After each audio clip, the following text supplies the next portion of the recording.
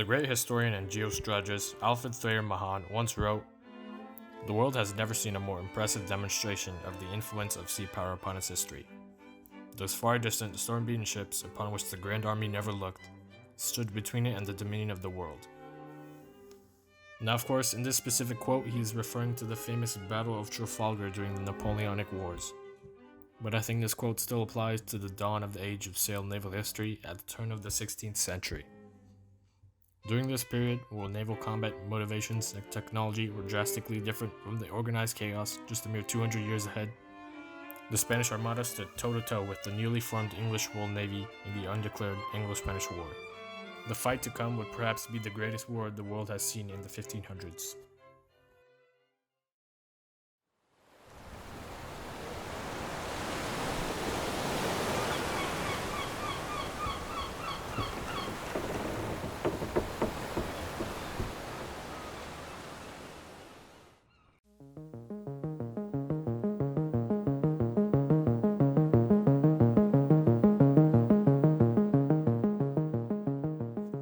To understand the Anglo-Spanish War in depth, we must first go back 476 years to the Kingdom of England during the rule of Henry VIII.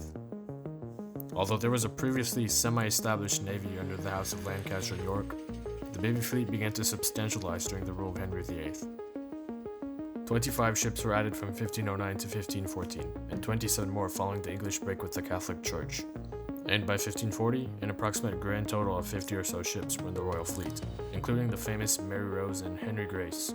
In 1546, Henry VIII ordered the formation of the English Royal Navy, solidifying important navy commissions and systems that 250 years later create the most powerful naval power the world has seen, until the Second World War. The Royal Navy did not prosper during the rules of Edward VI and Mary I, as the two Tudors maintained the Royal Navy program their father had established, but had no interest in naval expansion, and generally saw the Navy as a system of coastal defense for England.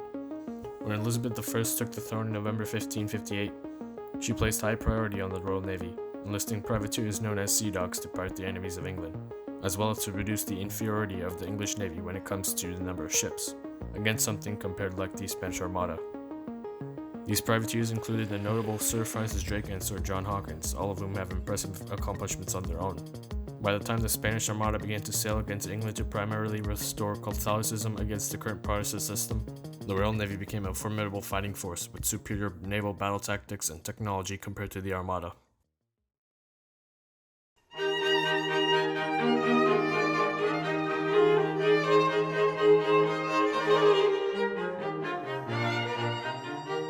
Although you may not expect it, the roots of the Spanish Armada lie in a deep religious conflict between Protestant England and Catholic Spain. When the Catholic Mary I died in 1558 and the Protestant Elizabeth took the throne, Philip II of Spain, otherwise known as Mary's wife and first cousin, was absolutely furious, going as far as to call Elizabeth illegitimate and a heretic. It is believed that Philip II actively planned attempts of overthrow of Elizabeth during the period prior to the Anglo-Spanish War, leading to English support of the Dutch revolt happening in the Netherlands, as well as the execution of Mary's Queen of Scots.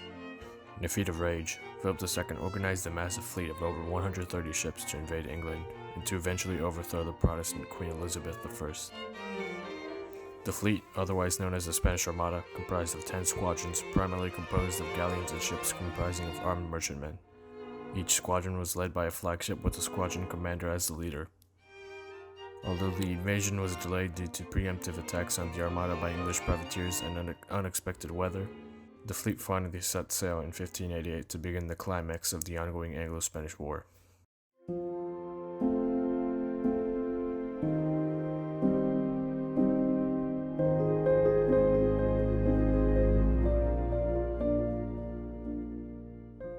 Perhaps the greatest contributing factor to the Anglo-Spanish War in the Age of Sail would be the naval advancements gained that fundamentally changed warfare and navigation for the upcoming 250 years. The invention of the full-rigged ship, where a ship's sails are squarely rigged along three main masts, may arguably be the most important, allowing ships to be built faster with higher maneuverability. The allowing of heavier guns and weaponry aboard warships shifted naval combat from boarding and close-quarters combat to battling with broadsides aimed to sink vessels through the wider adoption of gunpowder, a theme apparent during the Age of Sail. Specialization of ships known as warships happened due to the reformatting of heavy guns needed to be located in the lower deck, thus preventing any space for merchant cargo.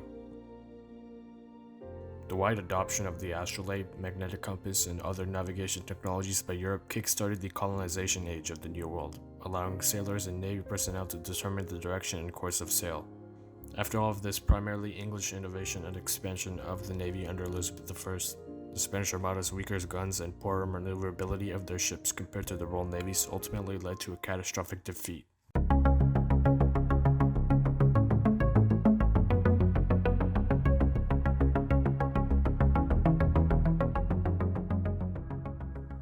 The Anglo-Spanish War began as tensions between England and Spain reached a tipping point following the seizure of English merchant ships, resulting in a retaliation campaign against the Spanish fishing industry. Queen Elizabeth also ordered for privateers to attack the Spanish territory in the New World as a sort of preemptive strike, resulting in great victories. The forefront of the war began after Queen Elizabeth executed her cousin and heir to the throne through lineage, Mary Queen of Scots, who was identified to be conspiring with both Spanish and English Catholics in a plot to overthrow Elizabeth. Mary passed her claim on the throne of England to Philip II, who swiftly launched the Spanish Armada to invade England. In the following chase along the English Channel, England used tactics of attrition and fireships to break the Armada's formation prior to the decisive Battle of Gravelines. The major Battle of Gravelines began on August 8, 1588 near the port of Gravelines on the coast of the Spanish Netherlands, not far from the border with France. The English, through their superior seamanship, learned from the chase to the English Channel that the Armada was not equipped to fight at longer distances. They used this knowledge to engage the Armada from a distance while using their superior maneuverability to stay out of the range of fire. The English delivered severe blows to the Armada during the battle, ultimately killing hundreds of sailors and forcing the Armada to retreat around Scotland, meaning the battle was a decisive English victory.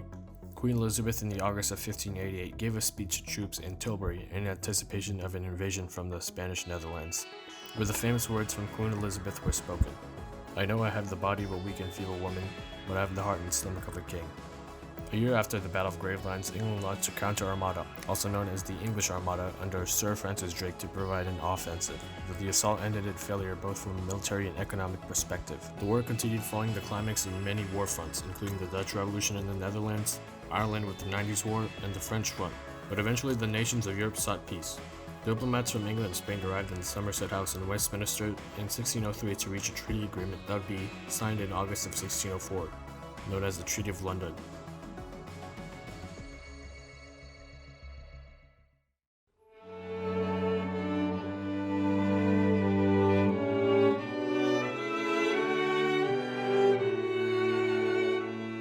The Treaty of London restored something called status quo ante bellum between the two nations at war, which essentially means that things would go back to how they were before the war, meaning that neither country gained nor lost any territory.